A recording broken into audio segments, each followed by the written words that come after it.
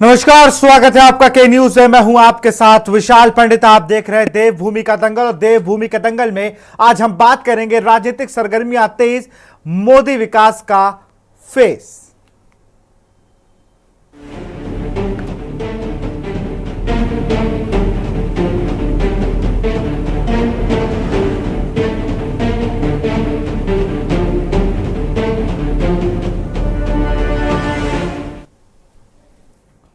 देवभूमि उत्तराखंड में एक बार फिर पीएम मोदी आ रहे हैं। 28 जनवरी से शुरू हो रहे राष्ट्रीय खेल का पीएम शुभारंभ करेंगे। साथ ही पीएम मोदी 50 करोड़ की विभिन्न विकास योजनाओं का शिलान्यास भी करेंगे। राज्य खेल विश्वविद्यालय और चंपावत महिला स्पोर्ट्स कॉलेज की नींव भी रखेंगे। पीएम मोदी का उत्तराखंड देवभूमि से विशेष लगाव है। ऑल वेदर रोड हो या केदारनाथ बद्रीनाथ पुनर्निर्माण के काम या केंद्रीय योजनाओं, पीएम मोदी कहीं ना कहीं देवभूमि के लिए चिंतित रहते हैं। भाजपा का कहना है कि प्रधानमंत्री नरेंद्र मोदी के उत्तराखंड दौरे से राज्य में खेलों को बढ़ावा मिलेगा।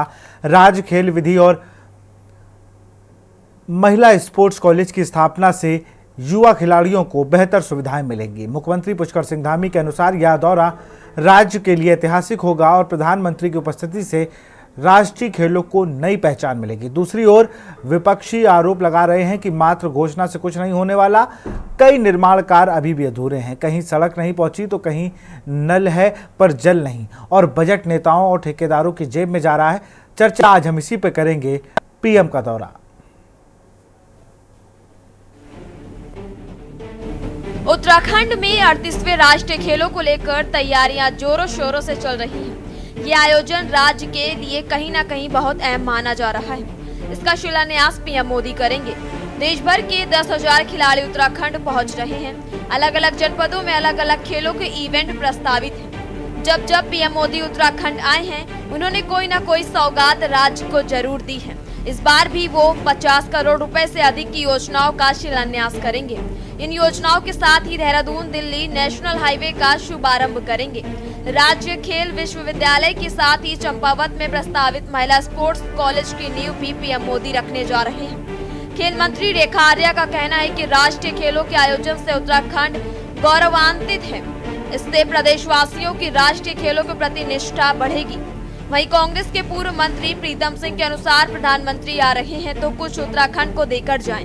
पीएम मोदी जहां भी जाते हैं उपलब्धियों का तो कोई जिक्र ही नहीं करते। वहां जहां भी जाते हैं कटेंगे तो बटेंगे तक ही सीमित रहते हैं।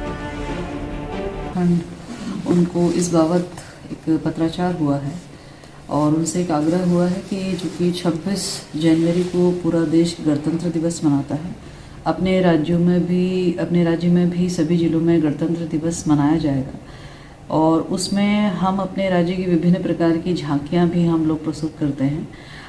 उन्हीं झांकियों में एक झांकी जो कि अपने यहाँ पे एक ऐतिहासिक कार्यक्रम होने जा रहा है, राष्ट्रीय खेल, जो कि 28 जनवरी से माननीय प्रधानमंत्री जी के कर कमलों से जिसका शुभारंभ होने जा रहा है, तो उस कार्यक्रम से संबंधित भी और राष्ट्रीय खेल जो कि हर एक उत्तराखंडी के लिए बहुत गौरव का विषय है, हर कोई व्यक्ति गौरवान्वित होता है। तो इससे हर एक व्यक्ति यानी कि जन गण मन का भाव जो है वो आ सके, उससे जुड़ सके, उसमें जागृति आ पाए, इसके लिए एक झांकी राष्ट्रीय खेल को लेकर जो है बनाई जाए, वहाँ पर कराई जाए। इसको लेकर चीफ सेक्रेटरी के साथ पत्राचार हुआ। देखिए, प्रधानमंत्री हैं, वो अगर आ रहे हैं तो अच्छी बात है। उत्तराखंड को कुछ दे के जाएँ और समझा के जाएँ उत्तराखंड में जो है सरकार को कि भाई जब चुनाव में जाते हो तो उपलब्धियों को लेकर के जाए। पर ये तो अब प्रधानमंत्री खुद नहीं समझा सकते। वो जहाँ भी जाते हैं तो उपलब्धि तो कहीं गिनाते नहीं है। चाहे कर्नाटक का जिक्र करूँ, महाराष्ट्र का जिक्र करूँ, चाहे हरियाणा का जिक्र करूँ, वो भी बटेंगे कटेंगे इसी बात पर रहते हैं। ठीक है, आ रहे हैं, अच्छी बात है। प्रधानमंत्री नरेंद्र मोदी के दौरे से पहले देहरादून नगर निगम ने शहर भर में विशेष सफाई अभियान शुरू कर दिया है। रायपुर स्पोर्ट्स कॉलेज आयोजन स्थल के आसपास सड़कों की मरम्मत और सौंदर्यीकरण पर विशेष ध्यान दिया जा रहा है। सफाई और व्यवस्थाओं की निगरानी के लिए अधिकारियों की टीम तैनात की गई है। वीवीआईपी दौरे को देखते हुए सुरक्षा प्रबंध कड़े किए गए हैं। आयोजन स्थल और उसके आसपास सीसीटीवी कैमरे लगाए जा रहे हैं। यातायात प्रबंधन को लेकर भी विशेष योजना तैयार की गई है ताकि किसी भी प्रकार की असुविधा न हो। राष्ट्रीय खेल के इतिहास में पहली बार 11 शहरों में खेल के आयोजन होंगे। इसमें कुमायूं मंडल के 7 शहरों में 13 खेल के 15 इवेंट आयोजित होंगे। 2 शहरों में साइकिलिंग के अलग अलग इवेंट होंगे। 28 जनवरी से 14 फरवरी तक राज्य के 32 खेलों के आयोजन प्रस्तावित हैं। इसके साथ ही 4 प्रदर्शनी खेल भी होने हैं। देखिए, अगर देश के प्रधानमंत्री उत्तराखंड में आ रहे हैं तो एक बहुत अच्छी बात है और एक अच्छा संदेश लेके आना चाहिए।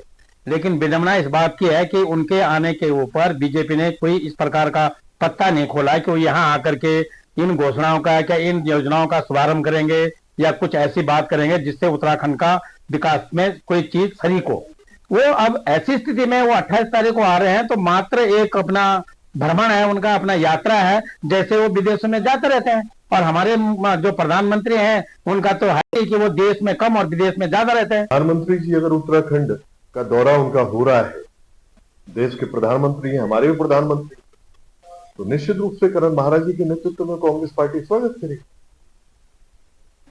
आप राष्ट्रीय खेलों का आपको उसको इनॉग्रेट करना है, अच्छी बात है, लेकिन आज जो भाजपा ने वाकई इस प्रदेश को, अगर हम 7 वर्षों के कार्यकाल को अगर देखते हैं स्टेट में, प्रदेश में, तो क्या स्थितियां हैं? बेरोजगारी चरम पे है। एक भी इन 7 वर्षों में इनकम ऑफ सोर्सेज आपने रेज नहीं किए। देखिए, नेशनल गेम्स के संदर्भ में प्रधानमंत्री जी का 28 तारीख को आगमन है और हम सब लोगों ने प्रधानमंत्री जी हमारे नेता है, इसलिए एयरपोर्ट से लेकर उनके आगमन से लेकर उनके आने तक के कार्यक्रमों में हम कहाँ उनका स्वागत कर सकते हैं उसकी हमने रणनीति बनाई है। ईश्वर की कृपा से तब तक हमारे परिणाम भी आ जाएंगे तो हमारे अनेकों जो नवनियुक्त नगर निगम के महापौर होंगे, पालिका अध्यक्ष होंगे, उनसे उनकी भेंट हो जाए, ऐसा हम आग्रह प्रधानमंत्री कार्यालय से कर रहे हैं। तो एक अच्छा और सुंदर कार्यक्रम और उनके स्वागत का कार्यक्रम उत्तराखंड के अंदर होगा। देश के प्रधानमंत्री नरेंद्र मोदी का वीवीआईपी दौरा चर्चाओं में है। प्रधानमंत्री के दौरे को लेकर जनता में उत्साह का माहौल है। 38वें राष्ट्रीय खेलों के उद्घाटन के साथ ही वो कई करोड़ की योजनाओं का शिलान्यास और उद्घाटन करेंगे। उत्तराखंड के मुख्य सचिव राधा रतूड़ी ने राष्ट्रीय खेलों और प्रधानमंत्री के कार्यक्रमों से जुड़ी तैयारियों की समीक्षा कर रही है। उन्होंने निर्देश दिए हैं कि सभी तैयारियां समय से पहले पूरी की जाएं, ताकि प्रधानमंत्री के कार्यक्रम को सुगमता से संचालित किया जाए। पीएम मोदी शिक्षा, खेल, बुनियादी ढांचे और अन्य क्षेत्रों से जुड़ी योजनाओं का शिलान्यास करेंगे।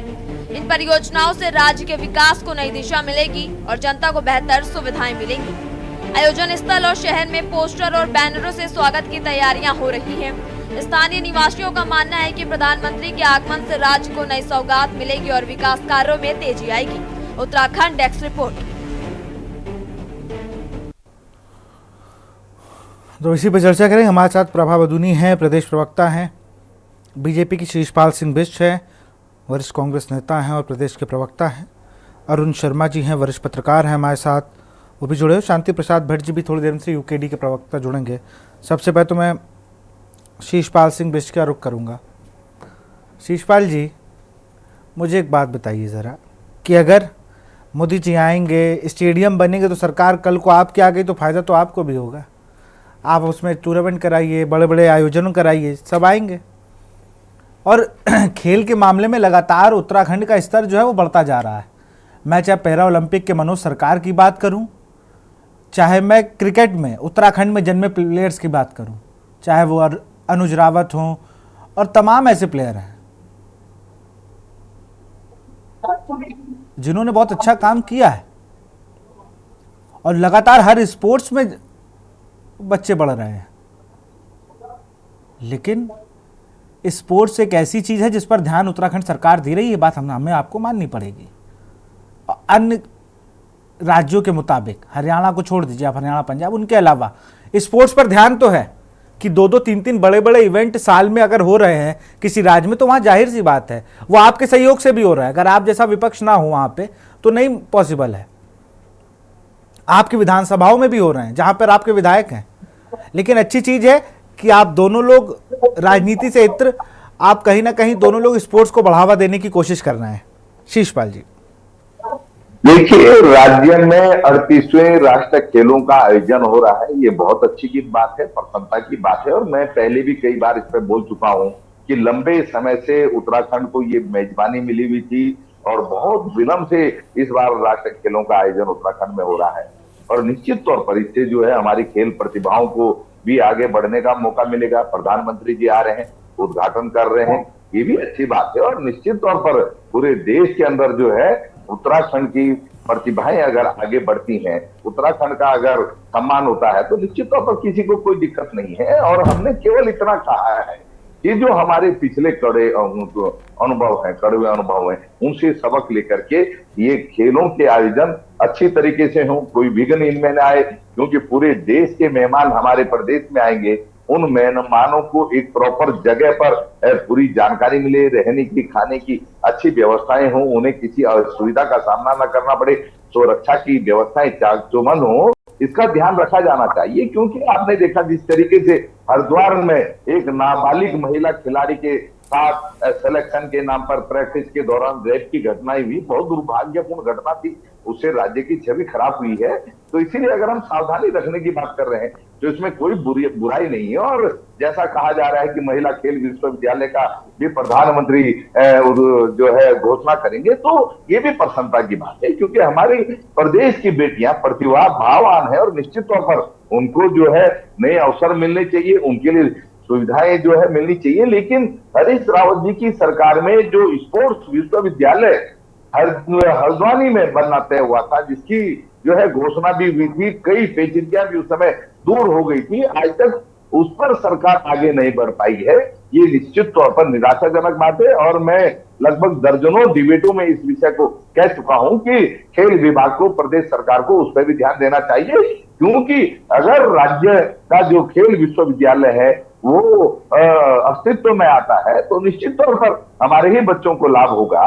और जिस तरीके से आपने देखा कि राज्य में खिलाड़ियों के चयन के समय जिस तरीके से हमारे राज्य के खिलाड़ियों को असुविधा का सामना करना पड़ा, उनके लिए पीने तक की पानी की व्यवस्था नहीं थी, रहने की व्यवस्था नहीं थी, खाने की व्यवस्था नहीं थी, तो ये कड़वे अनुभव है। इनसे सबक लेकर के अधिकारियों को होमवर्क पूरा करना चाहिए, क्योंकि इससे सरकार की भी किरकिरी होती है, प्रदेश की भी किरकिरी होती है। और हम क्यों चाहेंगे कि हमारे प्रदेश की किरकिरी हो? आप बताएं, हमारे बच्चे कितना इस जो है आयोजन से आगे बढ़ने के अवसरों से लाभान्वित होते हैं, ये भी देखने वाली बात होगी। और खेलों से पहले और खेलों के बाद भी सरकार को जो है पूरा होमवर्क करने की आवश्यकता है, क्योंकि निश्चित तौर पर ये बड़ा आयोजन है, कोई छोटा मोटा आयोजन नहीं है। और जब पूरे देश के मेहमान आ रहे हों उस समय अतिरिक्त सावधानियां बरतने की आवश्यकता है। और इसीलिए हम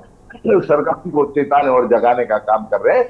सरकार को हमारे सुझावों को सकारात्मक रूप से लेना चाहिए, इससे हमको जो है आलोचना समझ करके जो है खारिज नहीं करना चाहिए, क्योंकि वही सरकार या वही मंत्रालय मुझे लगता है कि परिपक्वता से और गंभीरता से आगे बढ़ सकता है, जो अपनी आलोचना को सुन करके, समझ करके अपनी कमियों को सुधारे। और देखते हैं ये कितनी कमियां सुधारते हैं और कितने सही तरीके से इन आयोजन को करते हैं। हमारी नजर इस पे है जी। चलिए मैं प्रभा जी के पास चलूंगा। प्रभा जी जवाब दीजिए।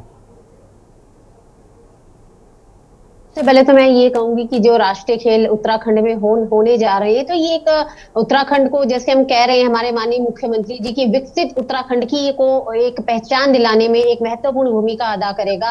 और आज उत्तराखंड मेजबानी करने के लिए जा रहा है, तो आप ये देखिए हमें ये अवसर मिला है देश में, तो ये तो उत्तराखंड के लिए बहुत ही गौरव का पल है, गर्व का पल है कि हमारे उत्तराखंड राज्य, जो हमारे माननीय मुख्यमंत्री जी खुद ये कहते हैं कि ये वाला दशक उत्तराखंड का दशक है और उसकी शुरुआत हो चुकी है। आज हम राष्ट्रीय खेलों का आयोजन कर रहे हैं, हमें मेजबानी इसकी मिली है, तो ये बहुत ही अच्छा है।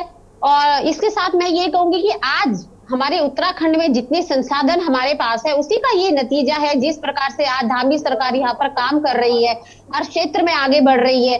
आज आप अगर यहाँ पर स्टेडियम देख लीजिए, या हमारे जो स्पोर्ट्स में हमारे बच्चे उत्तराखंड के आगे निकल रहे हैं, कई खेलों में हम देख रहे हैं वो कीर्तिमान स्थापित कर रहे हैं, तो ये इसका नतीजा है कि उनको हर क्षेत्र में सुविधाएं मिल रही है। अगर मैं आपको बताना चाहूंगी विशाल जी की आज स्टेडियम की बात कर लीजिए आप, आज स्पोर्ट्स किट जो उनको दी जाती है, जिससे कि बच्चे के जो पेरेंट्स है उनके ऊपर कोई अतिरिक्त भार ना पड़े। आज उनके लिए जो आप अलग अलग विशेष वर्ग के लिए स्कॉलरशिप का प्रावधान है कि अगर आप किसी बच्चे को स्पोर्ट्स में रुचि है तो स्कूलों में ये कहा गया है कि 8 से 15 साल का बच्चा है उसको स्कॉलरशिप की अलग राशि है, 18 से 22 साल का है उसके लिए अलग राशि है। तो हम ये कह सकते हैं कि हमारी सरकार खेलों के प्रति कितनी ज्यादा आगे बढ़ रही है। पहले और राज्यों का हम वही कह सकते हैं नाम लिया जाता था, लेकिन आज अगर हमारी देवभूमि उत्तराखंड भी इस और आगे बढ़ रही है खेलों के क्षेत्र में, तो ये एक बहुत ही गर्व करने वाली बात है हमारे लिए, क्योंकि आज उत्तराखंड हर क्षेत्र में अपना नेतृत्व दे रहा है। और जिस प्रकार हमारे माननीय प्रधानमंत्री मोदी जी यहाँ पर आ रहे हैं, और आप देख लीजिए अब तो स्पोर्ट्स यूनिवर्सिटी यहाँ पर बनने जा रही है, क्योंकि ये भारतीय जनता पार्टी ही की सरकार है, जो कहती है वो करती है। अभी मैं विपक्ष को सुन रही थी, कितने नकारात्मक ही आज भी हो रहे हैं, ये स्वागत कम कर रहे हैं और उनकी दृष्टि इस पर है कि किस प्रकार यहाँ पे कुछ कमी हमें नजर आएगी, फिर हम उसको बाद में उछालेंगे। अगर मेरे को ये कहना है कि अगर आपको ऐसे कोई सुझाव देने हैं तो आप उसको प्लेटफॉर्म पर रखिएगा। और अगर उन्होंने महिला कॉलेज की बात करी कि चंपावत में महिलाओं के लिए अलग से स्पोर्ट्स कॉलेज बनाया जाएगा, तो ये बहुत ही स्वागत योग्य कदम है। और जिस दिन हमारे माननीय मुख्य प्रधानमंत्री जी उत्तराखंड में आ रही है, इन सभी का शिलान्यास भी उस दिन किया जाएगा। तो मैं तो ये कहूंगी कि आज अगर हमारे उत्तराखंड को मेजबानी मिली है तो उसके भी कई कारण है, नहीं तो देश में अगर हमारा राज्य, और केवल मैं आपको ये बताऊंगी विशाल जी कि केवल इसके बाद जो विंटर गेम हमारे विंटर गेम्स के लिए भी हमारे को मेजबानी मिलेगी, ये भी निश्चित हो गया है। तो इसका मतलब कहीं ना कहीं हमारे राज्य की छवि ऐसी बनी है कि अग्रणी राज्यों में हमारा राज्य शुमार हो गया है, तभी उत्तराखंड को हर प्लेटफॉर्म पे बहुत आगे रखा जा रहा है। और जब देश के प्रधानमंत्री, जिनका हम बार बार यही कहते हैं कि उनका विशेष लगाव है, केवल हम बात नहीं कर रहे हैं, हमने देखा है कितने करोड़ की योजनाएं आज उत्तराखंड में चल रही हैं। अगर आप केदारनाथ धाम की बात कर लीजिए, वहां पर उसके पुनर्निर्माण का कार्य चल रहा है। आज जितने भी श्रद्धालु वहां पर आते हैं वो बार बार ये कहते हैं कि अगर हम उसका कंपैरिजन भी कर रहे पहले की तुलना में, तो आज श्रद्धालुओं की संख्या वहां पर जिस प्रकार बढ़ रही है। आप बद्रीनाथ का स्मार्ट आप ये देख लीजिए, जो वहां पे काम चल रहे हैं उनकी बात कर लीजिए। तो आप ये कहिए कि भारतीय जनता पार्टी ने जो भी अपने चुनावी वादे थे उनको पूरा किया है, उनको धरातल पर पूरा किया है। और ये कोई छोटी मोटी योजनाएं नहीं है विशाल जी, मैं आपको बताऊंगी बहुत करोड़ों की बड़ी बड़ी योजनाएं हैं, परियोजनाएं हैं। अभी दिल्ली देहरादून एक्सप्रेस वे बनने जा रहा है, उसका भी उस दिन उद्घाटन हो जाएगा।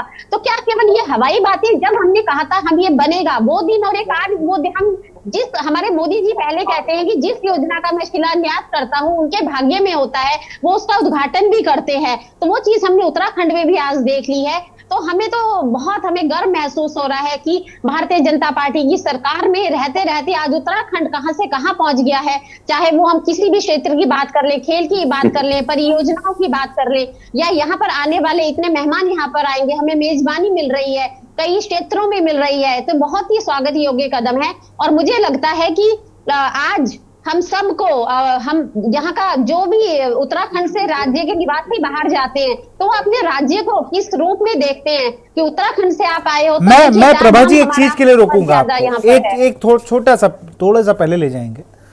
सन का मैं कंफर्म नहीं हूं, इसलिए मैं नहीं सन बता रहा हूं। इस देश में कॉमनवेल्थ गेम्स हुए थे, सबको याद होगा मुझे लगता है। अभी आपने कहा शीशपाल सिंह के एक बयान पर उन्होंने कहा कि भाई कमियां हैं उनको मत छुपाया जाए, उनको देख के काम किया जाए, प्लेटफॉर्म चाहिए होता है कि बाद में उछालेंगे। ये काम तो दिल्ली में भारतीय जनता पार्टी भी कर सकती थी, ये काम तो भाजपा भी कर सकती थी, जहां पर विश्व के लोग खिलाड़ी आ रहे थे और वहां पर किस तरीके से, मैं मानता हूं वहां की सारी व्यवस्थाएं ध्वस्त थी, लेकिन उस पर कहीं ना कहीं आग जो लगी थी ध्वस्तीकरण की, पूरी भ्रष्टाचार की आग में घी डालने का काम तो उस टाइम भाजपा के नेताओं ने भी किया। वहां पर भी खिलाड़ियों की बात थी। दो बातें हैं, एक अभी आपने कहा ना कि कमियां हैं तो हमें बताइए आगे किसी प्लेटफॉर्म पे, और आप लोग अपने काम पर नहीं बोले थे। जब आप लोग थे तो आप लोगों ने लगातार विरोध किया था उसका। सुरेश कलमाड़ी जेल भी गए थे उसमें। मैं आपको रोकूंगा, इस पर आपसे जवाब लूंगा। उससे अरुण शर्मा जी के पास चलूंगा, वरिष्ठ पत्रकार हैं। सर, पहाड़ों में स्पोर्ट्स को आगे बढ़ाया जा रहा है, ये अच्छी चीज है, लेकिन स्पोर्ट्स में अगर राजनीति ना हो तो भारत में स्पोर्ट्स पूरा नहीं है। अब 28 तारीख को राष्ट्रमंडल खेल होने जा रहे हैं, उनके लिए आएंगे प्रधानमंत्री, उसके ऊपर भी राजनीति शुरू हो गई है कि उनको तो वो एक दौरा है और अपना चुनाव और तमाम चीजें। अरुण जी, विशाल जी, जी ये राष्ट्रीय खेल है, राष्ट्रमंडल खेल हाँ नहीं जी, है, मैं तो माफी मैं चाहूंगा। संशोधन कर हाँ दूं बिल्कुल आपको। बिल्कुल, मैं माफी चाहूंगा, राष्ट्रीय खेल। और दूसरी चीज ये है कि ये खेल लंबे समय से प्रतीक्षारत थे। लंबे समय से बात चल रही थी उत्तराखंड में राष्ट्रीय खेल कराने की, और मुझे लगता है कि 12-13 साल बाद ये अवसर हमें मिला है, तब हम राष्ट्रीय खेल के आयोजन के लिए तैयार हुए। और अब तो देखिए 5 दिन बाकी है राष्ट्रीय खेल होने में, और 5 दिन बाद प्रधानमंत्री आके जब इनका उद्घाटन करेंगे, एक चीज और करेक्ट कर दूं मैं, आपकी रिपोर्ट में शिलान्यास था, उद्घाटन करेंगे, शिलान्यास नहीं करेंगे। तो जब ये उद्घाटन करेंगे, और निश्चित तौर पर वो अभूतपूर्व अवसर होगा उत्तराखंड के लिए, क्योंकि इन खेलों में पूरे देश से, अलग अलग राज्यों से लगभग 10,000 खिलाड़ी और अधिकारी आएंगे, जो खेल अधिकारी हैं अलग अलग राज्यों के, और खिलाड़ी आएंगे। और ये खेल उत्तराखंड के विभिन्न जनपदों में होंगे, कुछ देहरादून में होने, कुछ हरिद्वार में होने, कुछ रुद्रपुर में होने, उत्तम सिंह नगर जिले में, कुछ नैनीताल में, कुछ अल्मोड़ा में, कुछ पिथौरागढ़ में, अलग अलग जिलों में ये खेल होने, कुछ टिहरी में होने। टिहरी में खासकर नौकायन वगैरह के जो खेल होंगे वो टिहरी में होंगे, वाटर स्पोर्ट जितने। तो ये अलग अलग जगहों पे होंगे। तो एक तो अलग अलग जगह का जो उत्तराखंडी समाज है वो इन खेलों से सीधे सीधे जुड़ेगा, वो देखेगा कि कैसे दूसरे प्रदेशों के या हमारे प्रदेश के जो खिलाड़ी हैं वो कैसा इन खेलों में प्रतिभाग करते हैं, और किस हिसाब से अपने को आगे ले जाने का प्रयास करते हैं। और एक ये पूरी जगह, पूरे प्रदेश में एक माहौल बन रहा है लंबे समय से, जो 15-20 दिन हो गए मसाल चल रही है जो, और जगह जगह वो शुभंकर मौली घूम रहा है लोगों के बीच में, तो वो भी एक माहौल बनाता है। अब हम आ जाए 28 तारीख को प्रधानमंत्री के आने पे। देखिए, किसी भी प्रदेश के लिए उस देश के प्रधानमंत्री का आना बहुत इंपॉर्टेंट होता है। वो इसलिए भी होते हैं कि प्रधानमंत्री सर्वोच्च एक संस्था है संविधान के अनुसार, जो राज्यों के लिए बहुत कुछ करता है। और हमारे यहाँ जैसे ऑल वेदर रोड बन रही है, या हम देहरादून से दिल्ली एक्सप्रेस वे देख रहे हैं जिसका उस दिन एक फेज के उद्घाटन की बात हो रही है, या हम ऋषिकेश से कर्णप्रयाग जो रेल लाइन बन रही है, और जिसपे कल ही जो सबसे बड़ी सुरंग थी श्रीनगर की, वो कल उसको ओपन किया उन्होंने, रेलवे ने। तो ये निश्चित तौर पर उत्तराखंड के लिए उपलब्धि है। उत्तराखंड का जो हमारा पर्यटन पर आधारित, धार्मिक पर्यटन और तीर्थाटन, इन पर आधारित जो हमारी अर्थव्यवस्था है, उस पर बहुत बड़ा फर्क पड़ता है इन चीजों से। जब हमारी road connectivity, rail connectivity, air connectivity ठीक ठाक होती है, तो उसका प्रभाव पड़ता है।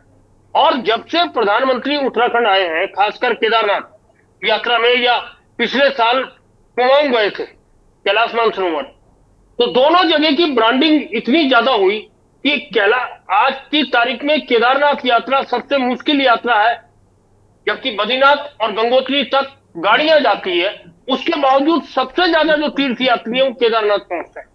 और ये पिछले कई सालों के आंकड़े हमारे सामने हैं कि भले ही आपदा आई हो, विपदा आई हो, कुछ आया हो, लेकिन केदारनाथ में सबसे बड़ी संख्या में तीर्थ यात्री पहुंचे, और भगवान शिव के दर्शन करने पहुंचे।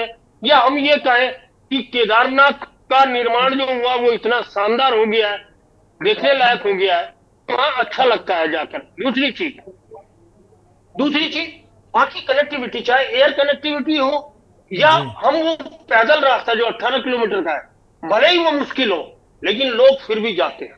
ज्यादातर लोग पैदल जाते हैं, डंडी कंडी में जाते हैं, उससे वहां के लोगों को रोजगार भी मिलता है, स्थानीय लोगों को। और अब तो एक अच्छी चीज और हुई है कि जो 6 महीने की शीतकालीन यात्रा शुरू करी है सरकार ने, उसमें भी बड़ी संख्या में लोग आ रहे हैं। और पता तो ये लग रहा है कि प्रधानमंत्री शायद हंसवा के आसपास, हर्सिल के आसपास किसी गांव में रुकेंगे 28 तारीख की रात को, जिससे उस क्षेत्र के जो शीतकालीन पर्यटन है उसको भी पंख लगेंगे। जी विशाल जी, बिल्कुल, आप सब बने रहिए हमारे साथ। इसके बाद मैं यूकेडी के शांति प्रसाद भट्ट जी का रुख करूंगा, लेकिन यहाँ पर वक्त है एक छोटे से ब्रेक का।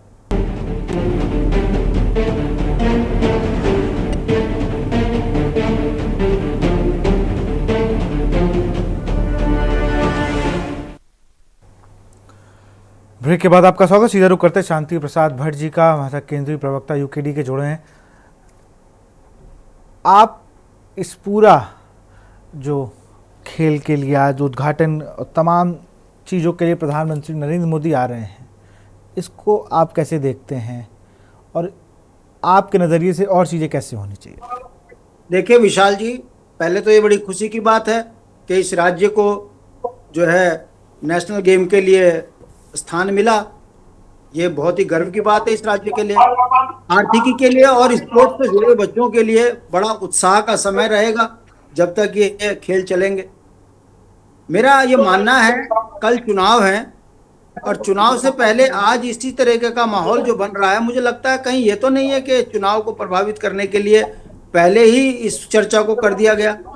28 तारीख को यदि प्रधानमंत्री जी आ रहे हैं तो 26-27 तारीख को इस पर डिबेट होती तो मुझे लगता तब ठीक था। समय और टाइमिंग को देखते हुए मुझे लगता है जैसे यूसीसी के लिए इन्होंने जो है कैबिनेट बैठक बुला ली जबकि चुनाव चल रहे राज्य में और घोषणा कर दी कि हम 26 को यूसीसी लागू करेंगे, तो ये दोनों चीज़ें मुझे लगता है चुनाव को प्रभावित करने के लिए ये इस तरह का किया गया है। बाकी जिस राष्ट्रीय खेलों की ये बात कर रहे हैं, इसको तो हमको कम से कम 10-15 साल पहले मिल जाना चाहिए था।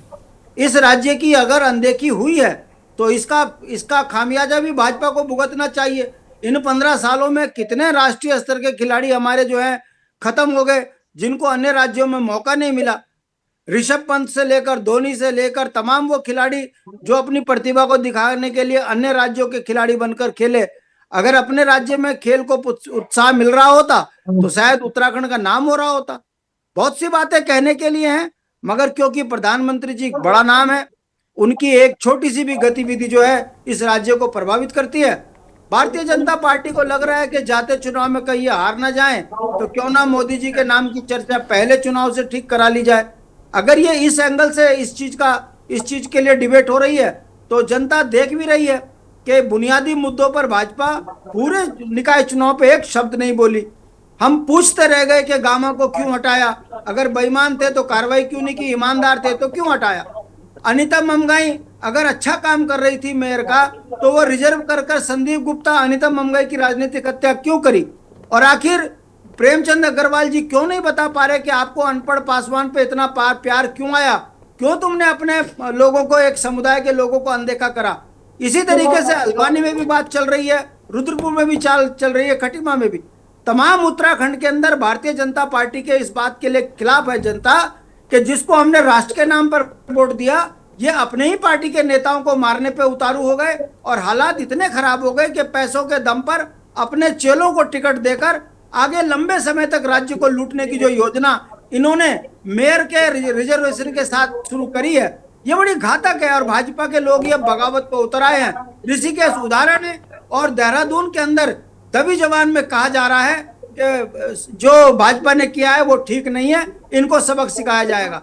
तो मेरा ये कहना है विशाल जी कि आने वाले समय में भारतीय जनता पार्टी के खिलाफ जिस तरीके से भ्रष्टाचार के खिलाफ माहौल बना है, भाई भतीजेवाद के खिलाफ माहौल बना है और इस राज्य के संपदाओं को लूटने का जो माहौल भाजपा ने बनाया है, उससे भारतीय जनता पार्टी घबराई है। और जैसे ही ये घबराती है तब ये मुगलिया और तुगलकी बयान शुरू कर देती है और जब इससे भी काम नहीं चलता तो ये अपना ब्रह्मास्त्र निकाल लाते हैं मोदी जी।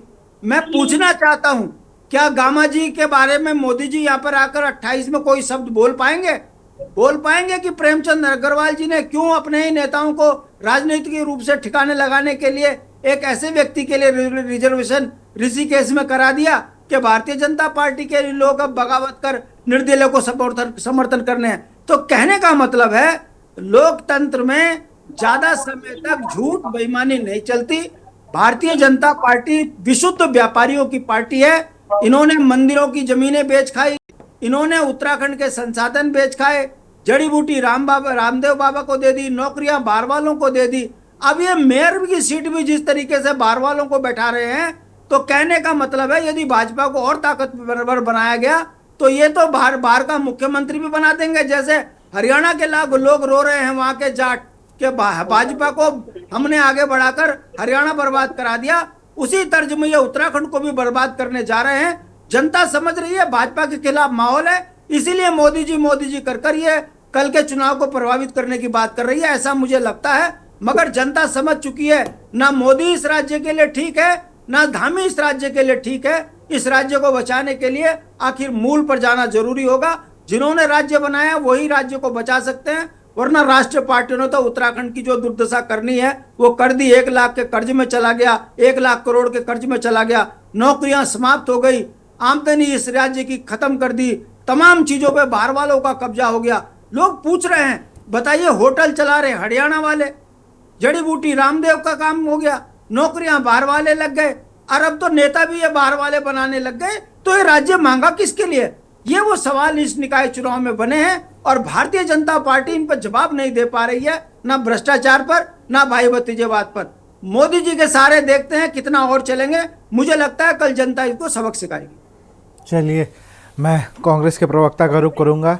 भाई, राष्ट्रीय पार्टियों पे ये आरोप तो बहुत लगता है कि यूकेडी हो या कहीं पर भी, कि आप लोग चीज़ों को अच्छा करने की बात कहते हो, बस चीज़ें वहीं की वहीं रहती हैं। और कई आरोप आप प्रभा जी ने भी लगाए, उसका भी जवाब दीजिए। नहीं, देखिए, शांति भट्ट जी ने बहुत अच्छी बात की है कि राज्य की जनता उन सवालों पर जो है सरकारों से जवाब मांग रही है, जिस सवालों की बुनियाद पर इस राज्य आंदोलन की लड़ाई राज्य की जनता ने लड़ी, क्योंकि आज उनमें से बहुत से सवाल जो क्यों खड़े हैं, उनका समाधान आज तक नहीं हुआ है। और इसी को ध्यान में रख के कि राज्य की आंदोलनकारी जनता का सम्मान हो, राज्य के आंदोलन की मूल भावना का सम्मान हो, कांग्रेस पार्टी ने देहरादून जैसे प्रतिष्ठित मेयर की सीट पर एक राज्य आंदोलनकारी को मेयर का प्रत्याशी बनाया। और जनता इस बात को समझ रही है, भाजपा के भ्रष्टाचार से तंग आ चुकी है, क्योंकि स्मार्ट सिटी का जो भ्रष्टाचार हुआ है उस पर मुख्यमंत्री जी ने आज तक मुंह नहीं खोला है, जबकि भाजपा के ही मेयर ने, भाजपा के ही विधायकों ने स्मार्ट सिटी के भ्रष्टाचार की जांच के लिए पत्र लिखा। कांग्रेस पार्टी तो लगातार सड़क से लेकर सदन तक इस मुद्दे को उठाती रही, लेकिन प्रचंड बहुमत के अहंकार में डूबी हुई सरकार विपक्ष की सुनी नहीं रही है। अब जनता जनार्दन की अदालत में फैसला है और भाजपा ने निकायों में जो भ्रष्टाचार किया है, जो भ्रष्टाचार की गंगा बहाई है, और साल भर तक प्रशासकों के सहारे जो अपनी मनमानी की है, वो तो माननीय हाईकोर्ट की कृपा से, माननीय हाईकोर्ट का जब दबाव बना, हाईकोर्ट का डंडा चला, विपक्ष ने लगातार चुनाव की मांग की, तब बहुत विलंब से निकायों के चुनाव हो रहे हैं। तो राज्य आंदोलनकारी जनता इस बार देहरादून नगर निगम में आंदोलन की मूल भावना पर मोहर लगाएगी और कांग्रेस के प्रत्याशी को जिताने का काम करेगी। और जो भी राज्य के मूल सवाल हैं, निश्चित तौर पर हम लगातार सरकार पे दबाव बना रहे हैं कि गैरसैंण में राजधानी के मामले पर आप फैसला लीजिए, राज्य आंदोलनकारियों का चिन्हीकरण क्यों रुका हुआ है भाई, उस पर आपको आगे बढ़ना चाहिए। आंदोलनकारियों की बदौलत ही ये राज्य अस्तित्व में है और हम सब लोग अपनी अपनी भूमिकाएं निभा रहे हैं। तो निश्चित तौर पर इस पे भी भाजपा सरकार जो है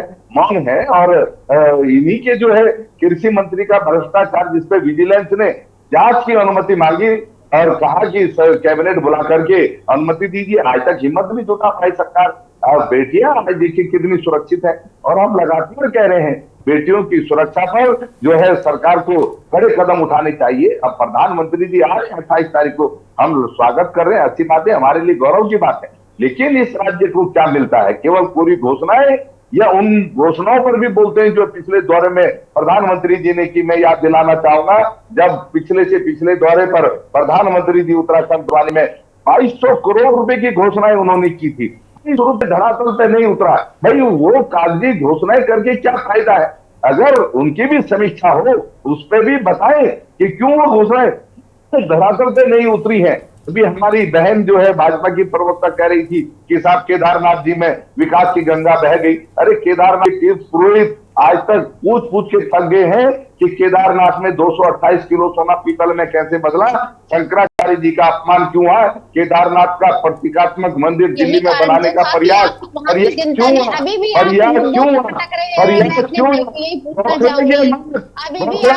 अपनी बारी का इंतजार कीजिए, अपनी बारी का इंतजार कीजिए।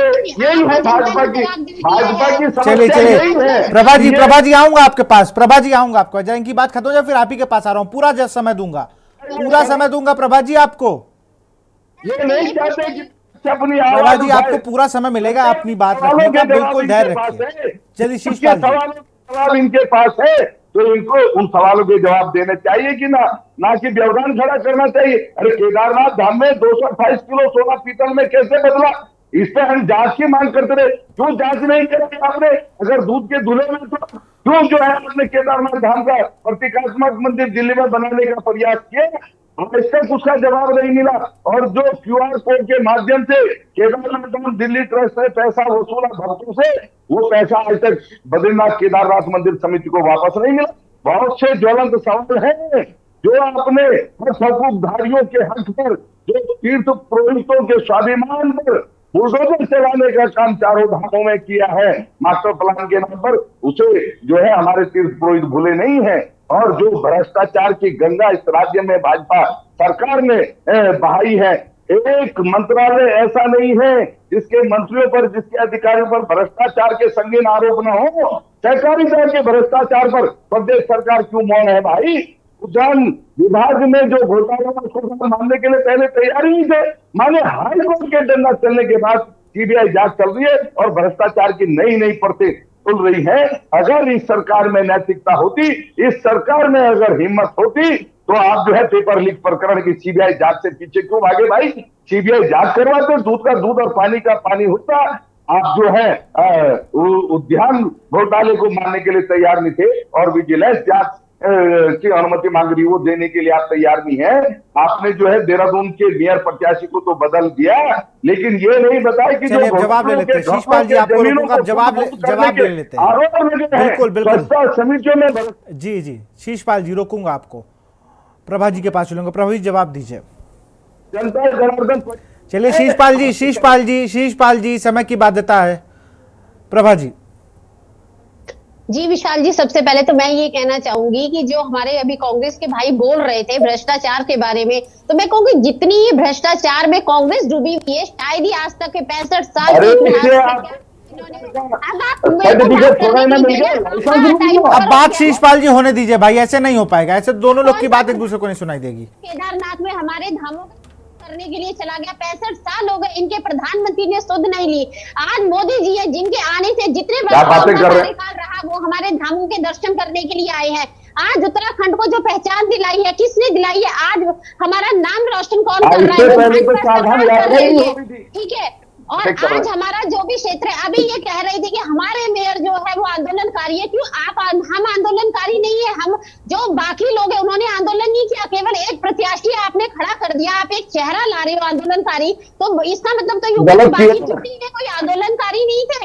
एक मैं तो कहती हूँ बच्चा आंदोलनकारी था जिसने उत्तराखंड के लिए आंदोलन किया है। हर करी थी, तो इस तरह के झूठ बोलने से फायदा उठाना नहीं है। तो खैर पता चली 3 महीने की जेल काटी है वीरेंद्र पोखरियाल जी ने, कौन सा झूठ बोल रहे हैं? आपसे सच हजम नहीं हो रहा, ये हकीकत है। चुप हो जाइए, आप सुनने की भी हिम्मत रखिए ना। केदारनाथ में चुनाव हुए, जनता ने आपको जवाब दे दिया। आप कौन सा सोना पीतल में चला गया पीतल, आपको ये नहीं पता है कि जो परत चढ़ाई जाती है। आज आप कह रहे हो कि केदारनाथ का नाम रख दिया गया। आप मुझे बॉम्बे का बताइए, आपके हरीश रावत जी जो कहीं पर भी टोपी पहन के वोटों का ध्रुवीकरण कर देते हैं, बंबई में जाके वो बद्रीनाथ के नाम का मंदिर खुलवा देते हैं, उसका जवाब कौन देगा? और वो तो ये दे दिया, 10 बार दे दिया। आपके गणेश गोदियाल जी वहां पर खड़े हो जाते हैं, उसकी फोटोज दिखाई देती है, उसके बारे में आपके पास कोई जवाब है? आप इसके बारे में हमें बताइए। और जो ये भ्रष्टाचार 2G स्पेक्ट्रम किसने किया, कोयला घोटाला किसने करा, उत्तराखंड की सुध तो आप तब लेंगे जब आपको अपने घोटालों के बारे में होश होगी। सब लोग एसी कमरों में बैठे रहते हैं। अभी मेरे यूकेडी के भाई भी बोल रहे थे, तो इनको तो मैं ये कहूंगी कि आप क्षेत्रीय पार्टी होने के बावजूद भी उत्तराखंड की कोई मुद्दा उठा नहीं पाते हैं। मुद्दा उठाना और उत्तराखंड में बैठ के आप पहाड़ सुदूर की बात करते, एसी कमरों में आपके नेतागण यहाँ पे बैठ के आप गांव की बातें करते, गांव की सड़कों की बातें करते। क्या आपने उत्तराखंड को दिया? आपने अगर इसके आंदोलन में भाग लिया तो मैं कहूंगी उत्तराखंड के हर व्यक्ति ने आंदोलन में भाग लिया है, हर माँ बहन ने इसमें, बच्चे ने उत्तराखंड में आंदोलन का वो मैं कहूंगी कि इसका भागीदार रहा है। तो बार बार आप भ्रष्टाचार का, अगर भ्रष्टाचार को दूर किया है तो वो भारतीय जनता पार्टी की सरकार ने किया है।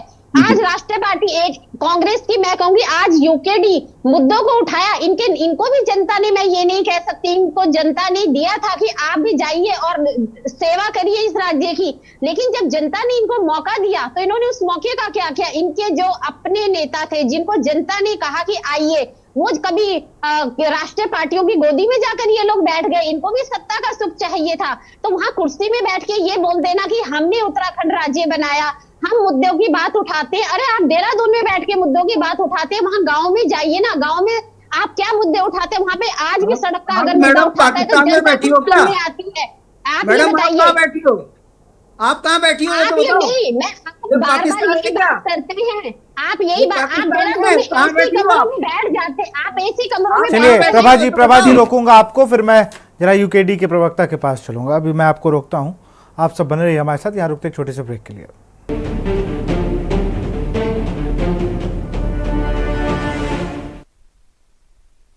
ब्रेक के बाद आपका स्वागत। सीधे रुक करते हैं प्रभा जी का, फिर उनसे उनके सवालों का जवाब लेंगे यूकेडी से। प्रभा जी, अपनी बात को जल्दी से खत्म करें। जी मैं यही कहना चाहूंगी कि भारतीय जनता पार्टी अगर काम करती है तो वो जैसा देश के लिए करती है, और अगर आज हम उत्तराखंड के परिप्रेक्ष्य में ये बात कर रहे हैं। आप एक सेकंड में रोकूंगा प्रभा जी। आपके हिसाब से एनडी तिवारी ने कुछ काम किया था उत्तराखंड के लिए? अभी मैं ये, अच्छा हुआ आपने मेरे से ये प्रश्न कर लिया। अभी मेरे कांग्रेस से जो भाई बैठी है वो कह रहे थे राजधानी का मुद्दा आया था, तो आप मुझे ये बताइए, जब पहली सरकार चुनकर आई थी इस राज्य में तो कांग्रेस की आई थी ना, तो राज्य बनते ही सबसे पहला काम क्या होता है? राजधानी बनाने का काम होता है। इनकी सरकार पूरे 5 वर्ष एनडी तिवारी जी की जब सरकार रही तो इन्होंने एक स्थायी राजधानी उत्तराखंड को क्यों नहीं दे पाए? ये प्रश्न मैं इनसे पूछती हूँ। राज्य बनने के बाद जब 2 साल तक यहाँ पे सरकार कार्यवाहक सरकार बनाई गई, जब इनकी सरकार आई गई तो इन्होंने इस मुद्दे को क्यों नहीं उठाया? क्यों ये इसको लंबा खींचते चले गए कि जब दूसरी सरकार आएगी? मतलब इनका कोई विजन ही नहीं था राजधानी बनाने के लिए। तो इसको ये अस्थायी राजधानी देहरादून। अब जब स्थायी राजधानी गैरसैंण की हमने बात करी है कि वहां पर हम ग्रीष्मकालीन राजधानी बना रहे हैं, तो आज ये हम पर ये आरोप लगाते हैं, तो पहली सरकार तो आपकी थी जी, आपने कौन सी स्थायी राजधानी बना दी? आप तभी गैरसैंण को घोषित कर देते कि हमारी स्थायी राजधानी है, लेकिन आप मुद्दों को सॉल्व नहीं करना चाहते। आपके दिल में उत्तराखंड के लिए कोई, मैं कहूंगी, सहानुभूति या इस राज्य के प्रति प्रभा जी समय की बाध्यता, मैं रोकूंगा आपको, सिर पैर की बातें करते रहते हैं चैनल में। मैं रोकूंगा। मैं जरा मुझे और भी लोगों से मिलना, मैं शांति प्रसाद जी के पास चलूंगा। शांति प्रसाद जी, आप कुछ कहना चाह रहे थे ब्रेक से पहले? देखिए विशाल जी, प्रधानमंत्री जी का दौरा है, डिबेट इस पे है कि उत्तराखंड में भाजपा शासन काल में क्या उन्नति इस राज्य की हुई, इस पर डिबेट होनी चाहिए थी। डिबेट ये कहाँ लेके जा रहे हैं कि कांग्रेस ने ऐसा किया। अरे भाई आप बता दीजिए गामा ने क्या किया, आप बता दीजिए स्मार्ट सिटी में क्या हुआ, आप बता दीजिए यहाँ नौकरियां क्यों बेची, आप बता दीजिए बहुत काम हुए। मैं आपको वो बता दूं, स्मार्ट सिटी में क्या, स्मार्ट सिटी में कुछ काम नहीं हुए, मगर क्या स्मार्ट सिटी में सड़कों का चौड़ीकरण नहीं हुआ क्या? जो हमारा गांधी पार्क है, प्रभा जी रोकूंगा, प्रभा जी मैं आपको रोकूंगा, ऐसे नहीं, उनकी बात पूरी। बहुत अच्छी बात है, ये काले अंग्रेज हैं, इन्होंने देश की आजादी में भी अंग्रेजों का साथ दिया, और जब ये उत्तराखंड में इनसे सवाल जवाब करो तो ये आपस में सरफुटअव्वल की बात करते हैं। अरे भाई सीधा जवाब दो, आपके ही खिलाफ आप ही के कार्यकर्ता क्यों ऋषिकेश में आपको जो करिया रहे? कारण क्योंकि आपने जो है जो राजनीतिक बेईमानी करी है। पहाड़ के लोग यही तो पूछ रहे हैं कि आप पहाड़ के नेताओं की हत्या क्यों कर रहे हो रिजर्वेशन करके? जहां 95% सामान्य वर्ग के लोग हैं वहां तुमने रिजर्व करके क्यों राजनीतिक हत्या करी? अनिता ममगाई की, संदीप गुप्ता की, इस पर जवाब दो। गामा का टिकट क्यों काटा, इसका जवाब दो। अब मोदी जी यहाँ राष्ट्रीय खेलों का उद्घाटन करने आ रहे हैं। ये तो पार्टी का अंदरूनी मामला है ना कि इसका टिकट क्यों नहीं दिया, उसको टिकट क्यों नहीं दिया। अपनी राजनीति के बारे में सोचिए ना, आप अपनी पार्टी के बारे में बात करिए कि आप किसको टिकट देंगे। हम तो नहीं पूछ रहे आपसे कि आपने टिकट किसे दिया है, तो जिस पे आरोप लगे उसके लिए कोर्ट का है ना, सजा जब उनको मिलेगी तो उनको सजा लेनी पड़ेगी। चलिए आप दोनों को रोकूंगा, जल्दी से मैं कांग्रेस के प्रवक्ता का रोकूंगा, आप दोनों को माफी के साथ रोकूंगा, समय की कमी। शीश पाल जल्दी से अपनी बात खत्म करें, फिर मैं फाइनल कमेंट अरुण शर्मा जी से लूंगा, जल्दी से। भारतीय जनता पार्टी की प्रवक्ता ने कहा कि गैरसैंण में राजधानी के मुद्दे पर कांग्रेस सरकार ने फैसला क्यों नहीं लिया। मैं इनको बताना चाहता हूं कि आज गैरसैंण में जो दिव्य भव्य विधानसभा का भवन है वो कांग्रेस की सरकार ने ही बनाया है, और राज्य में पहली अंतरिम सरकार भारतीय जनता पार्टी की बनी, जिसने राजधानी के मसले को लटकाया, जिसने देहरादून को स्थायी राजधानी बनाने का काम किया। और भारतीय जनता पार्टी तो चाहती ही नहीं कि राज्य के मुद्दों का समाधान हो। ये कह रहे थे कि हरीश राव की टोपी पहन के बैठ जाते हैं। अरे भाई, आप इसी राज्य की हैं, तो शहीद स्मारक गई है, कभी देहरादून में ही चली जाती। वहां पर लिखा है कि हिंदू, मुस्लिम, सिख, ईसाई हम सब आपस में भाई भाई, हम लड़ते इसलिए जग में जी सके, आदमी के खून कोई आदमी न पी सके। राज्य की राम भावना के बारे में कुछ पता नहीं है। इस राज्य की लड़ाई इन लोगों ने लड़ी, किस बुनियाद पर लड़ी गई, भारतीय जनता पार्टी के नेताओं को शायद इस बारे में कुछ पता नहीं है। और आप देख लीजिए, उनसे बीच में शुरू कर दी, और मैंने सवाल बीच में पूछ लिए थे, उनके पेट में मरकूज गई थी। ये भारतीय जनता पार्टी के मंत्रियों के चलिए, बहुत बहुत शुक्रिया, आप सब बने रहिए। अरुण शर्मा जी, जल्दी से फाइनल कमेंट। अरुण शर्मा जी। प्रदेश की सरकार में इतनी शिषपाल जी और मैं दोनों लोग को रोकूंगा भाई, ऐसे कोई आपकी बात नहीं सुन रहा है, कोई बात नहीं सुन पाएगा। प्लीज, मैं रोकना चाह रहा हूं आप लोग को, समय की बाध्यता है मेरे पास। वरिष्ठ पत्रकार का फाइनल, बिल्कुल बिल्कुल, मैं अरुण जी से फाइनल कमेंट लूंगा। अरुण जी, संकल्प पत्र लेके ये बताया है। चलिए ठीक है, आपके संकल्प पत्र की बात मान रहे हैं, उनके भी हम गारंटी की बात माने ले रहे हैं, लेकिन अब जनता को फैसला करने दीजिए भाई। अरुण जी के पास चलेंगे। Arun ji, final comment. देखिए, डिबेट तो प्रधानमंत्री के दौरे से शुरू हुई पाकिस्तान तक पहुंच गई वो पाकिस्तान, मुंबई, हर जगह हुआ है। अच्छा, एक चीज और बुरी है, अब भाजपा के जो प्रवक्ता आने लगे वो किसी की बात सुनने को तैयार ही नहीं होते, वो अपनी ही हाँकते रहते हैं। ये बड़ी गंदी बात है। कल भी मैं डिबेट में कहीं बैठा था, तो कल तो कांग्रेस और भाजपा की दोनों महिलाएं नेताएं आपस में मिल गई, तो ये स्थिति बड़ी खराब है। आपको धैर्य होना चाहिए, अगर आप अपनी बात दूसरे को सुनाना चाहते हैं तो सुनने का भी धैर्य होना चाहिए। दूसरी चीज, विशाल जी बात कर रही थी प्रधानमंत्री के दौरे से, निश्चित तौर पर प्रधानमंत्री जिस भी राज्य में जाते हैं उस राज्य को उससे लाभ होता है, कई तरह के लाभ है। हमारी इकोनॉमी में फर्क पड़ता है, हमारे जो खिलाड़ी खेलेंगे उनका मोरल बूस्ट होता है, बहुत सारी चीजें हैं। सरकार को भी बल मिलता है, जनता को भी बल मिलता है, जनता को अच्छा लगता है कि उनके प्रधानमंत्री उनके बीच में आए, कुछ घोषणा करें। और जैसे उम्मीद की जा रही है कि कुछ ना कुछ घोषणा प्रधानमंत्री के दौरे पे उत्तराखंड से संबंध में होगी, तो निश्चित तौर पर ये पूरे उत्तराखंड वासियों के लिए एक अच्छी बात होगी। एक नई ऊर्जा का संचार उसमें होगा कि प्रधानमंत्री आए और उत्तराखंड को कुछ दे के जाए। ये महत्वपूर्ण है।